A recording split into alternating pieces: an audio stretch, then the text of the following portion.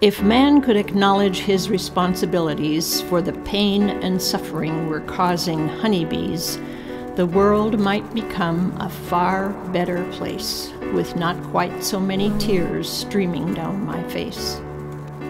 The discomfort and anguish that we create might taste more repulsive if it sat on our plate. I noticed this bee in my yard the other day, so I followed him around to try and see what he would say. He seemed quite angry, no longer able to fly, and as I looked closer, I asked myself why. I'd never really been an ally to bees. Once I got stung by surprise in some leaves. I hadn't done anything to deserve this abuse. He maybe just flew into my shirt that was loose.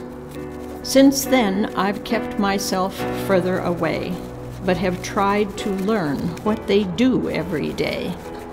It seems that we're lucky they do what they do, which is pollinate. They work the entire day through. You see, in order for fruit trees to produce, the plant needs to flower. Without pollen, there's no use. The wind will carry some of this stuff, but nature has a friend who does more than enough.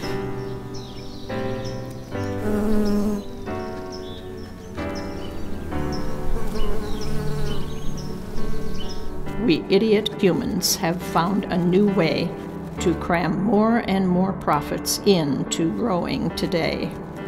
Pesticides with chemicals being sprayed everywhere make plants really grow, but it's not safe out there. Farmers and growers are now in deep ruts. They have to truck bees in or no fruits and nuts. These farmers and growers over time have heard the chemical companies and all their big words. They say, use our stuff, your crops will excel. But the bees come in contact and then don't feel so well. So who's going to pollinate these plants when they're gone? Bees work for free while we just look on. We try to pretend like there's nothing wrong, while pesticide peddlers tell us they belong.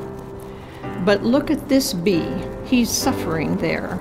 Dow and Monsanto, take a look if you dare.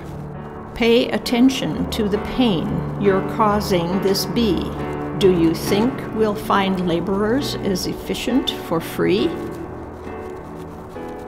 If we go down this path without even a thought, and these pollinators become a thing we have not, we'll have no one to blame but ourselves for the fact that when we could, we didn't even bother to act. Take a good look at China. Their bees are dead. Since back in the 80s, humans pollinate instead. These are backbreaking, tedious, and low-paying jobs. But with Chinese cheap labor, they choose from large mobs. We'd better start thinking about saving our bees that happily work in our plants and our trees. We should thank them for all of the good things we eat, all the fruits and nuts that make life taste so sweet. So look at this bee dying here in my yard. It just wants to get up and do a job. That's quite hard. And what do we do to return the favor? We don't act very nice. We're not a good neighbor. Short-sighted thinking is what we're about, what fills up our wallets and gives us more clout. When these bees are gone, things won't be the same. We'll look back on this time with regret and with pain. For this bee is sick, and he's dying right now. Let's look at the truth of what, why, and how.